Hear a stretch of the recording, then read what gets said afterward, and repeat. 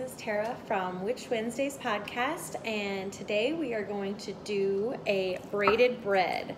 So because I'm recording this a little early, this is just regular bread dough, but we've talked a lot about how I like to braid breads for different holidays and Sabbaths, and it's delicious.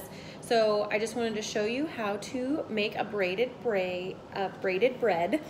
And you can do it with any type of bread dough, yeast or no yeast. This is a yeast-based bread, so I've had to let it rise for quite a while, but let's get to it.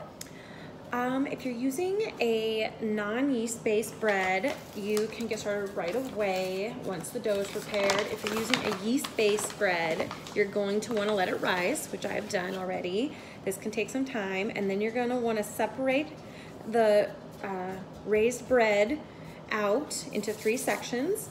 I like to do this on my counter, and I give it a light dusting of flour, as you can see, and that helps it from sticking because yeasty bread is quite sticky, as you will see here in just a minute. So here's my dough.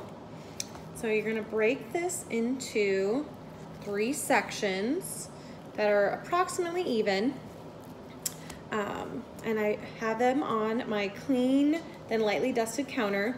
And then you're just gonna make the 3 sections, elongate them. You can do this by tugging, you can do this by rolling. I find it easier just to use my hands.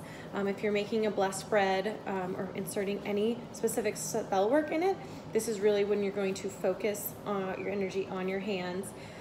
You're gonna wanna make sure that the pieces are about the same length and thickness, which is why I always separate them out first, to make sure that they're about even on the same amount of dough.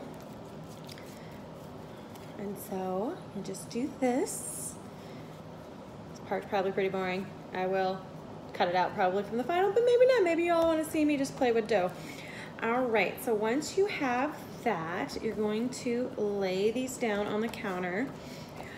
If you're using a non-yeasty bread, you can let them sit for a little bit. If you're using a very yeasty bread, be leery of letting them sit out too long. They'll start to rise again, and it will ruin your bread, or it can ruin your bread. So they don't have to be perfect. You just want kind of a longer length here, like this. And then you're gonna pinch the top parts together. You're just gonna pack that in. And I find it easiest to separate them out, especially when you're first getting started. And then you're just gonna start braiding. If you've ever done hair, you go over, and you just put one side after the other in the middle. If I'm doing blessed bread or a lot of home seasonings, I will actually add the herbs as I'm doing this before I put the next piece over. It's a lot easier with 2 hands, but I'm trying to hold my camera for you guys to see. Sorry, this is my first video. And then you'll just see how it kind of comes together really nicely, like that. And then as you get to the end, you're just gonna pinch the bottom just like that. Now, I like to do a nice butter rub on top. Depending on your recipe, you don't need to do that. If I'm doing any blessed breads or Sabbath breads, I have herbs tucked in among here. Depending on the season, will depend on the herbs. And then you're gonna wanna put it back in your baking. So this pan is actually greased because this is what the bread was rising in earlier.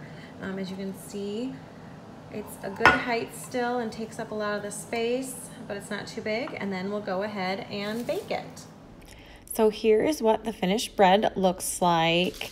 Like I said, you can do this with any type of dough, but I love how it looks and how it tastes no matter what kind of dough you use. So enjoy.